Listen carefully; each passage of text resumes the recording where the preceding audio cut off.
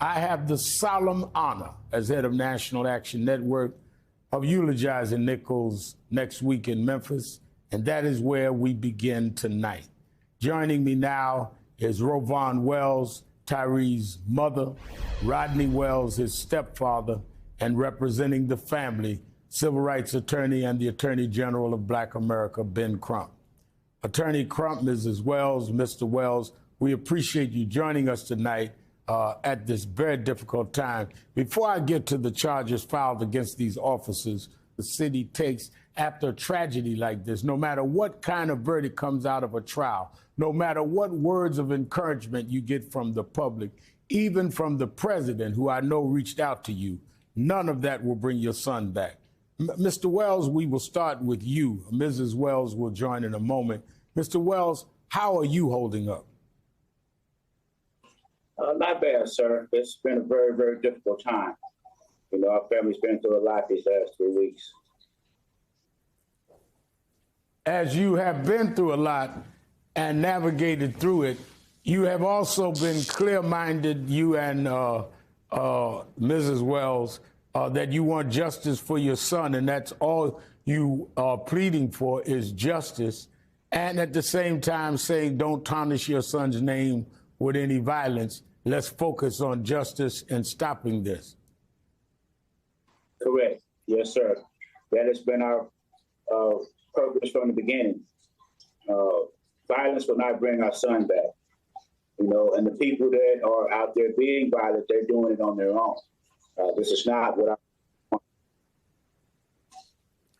Now, that brings us to the body camera footage released last night, Mr. Wells. It's a release you and your wife have fought your since your Tree's arrest. I have to again caution my audience that the footage is graphic, showing part of the car chase that preceded your son's arrest, followed by a subsequent beating that resulted in his hospitalization. You can't see the footage. Tonight, all 5 officers are facing charges.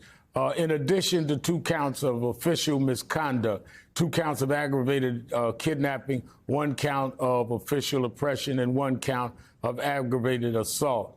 Brother Rodney, I understand that you wanted first-degree murder charges, but you've since come to endorse these second-degree murder charges, feeling that, in your words, they'll stick now that have you seen the officer's conduct in your own eyes.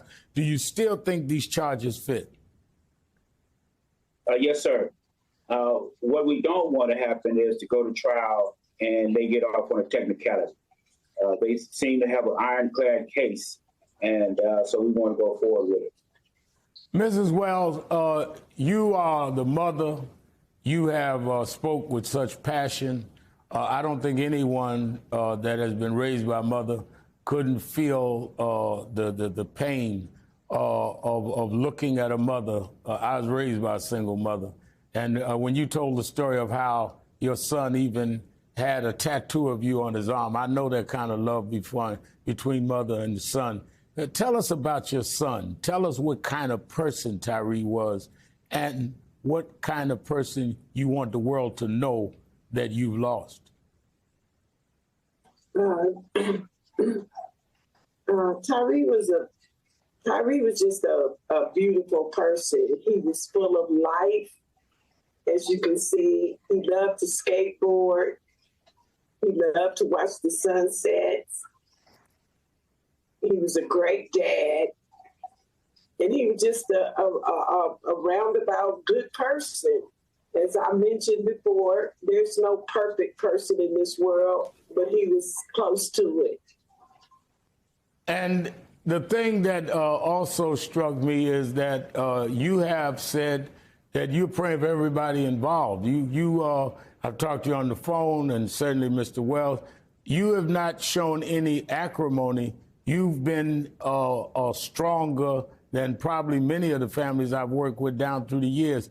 So I would imagine that's the kind of strength you gave your son. Yes, it was. I gave that strength to all my children. They came from my mom, her mom, but I have to stay strong because I do have other children. I have my mother, and we have other family members that we just have to stay strong for.